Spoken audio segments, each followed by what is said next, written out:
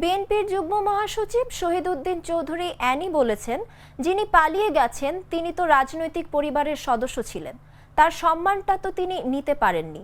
তিনি গণশত্রু ও জনশত্রুতে পরিণত হয়েছেন। তিনি বেগম খালেদা জিয়া ও প্রফেসর ডক্টর মোহাম্মদ ইউনূসকে সম্মান দিতে পারেননি। তিনি মিথ্যা মামলা দিয়ে তাদের সাজা দিয়েছেন, যার কারণে তিনি বাধ্য হয়ে এ দেশ থেকে পালিয়ে গিয়েছে। তিনি তার বাবাকে সম্মান দিতে পারেননি, দলকে সম্মান দিতে পারেননি, দেশের মানুষকেও সম্মান দিতে পারেননি বলেই তিনি গণশত্রুতে পরিণত হয়ে দেশ ছেড়ে পালিয়েছেন।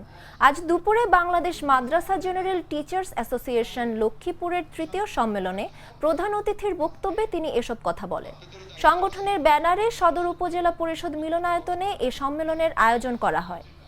যেটাকে আমরা সবচেয়ে বেশি প্রাধান্য দিচ্ছি এখন, তিনি একটা রাজনৈতিক পরিবারের সদস্য ছিলেন, তার সম্মানটা তো তিনি নিতে পারেন না। তিনি বিদায় হয়েছে, তিনি গণশত্রুতে পরিণত হয়েছে, তিনি জনশত্রুতে পরিণত হয়েছেন। কেন? কি কারণে?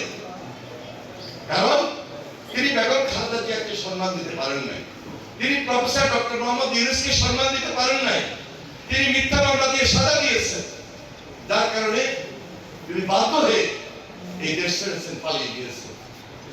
তাহলে একটা রাজনৈতিক পরিবারের সদস্য তার পিতাকে সম্মান দিতে পারে না, তার দলকে সম্মান দিতে পারে না, বাংলাদেশের মানুষকেও সম্মান দিতে পারে না বলেই গণশত্রু জনশত্রুতে পরিণত হয়ে আজকে দেশ ছেড়েছেন, পালিয়ে গিয়েছেন।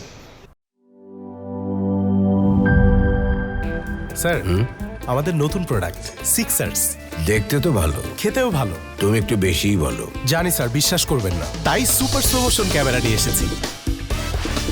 দেখেন স্যার, চকলেট পিনাট ক্যারামেল ও নোগাটের দারুণ কম্বিনেশন এলো সিক্সার্স চকলেট কোটেড বাই। পুরোটা এনার্জি।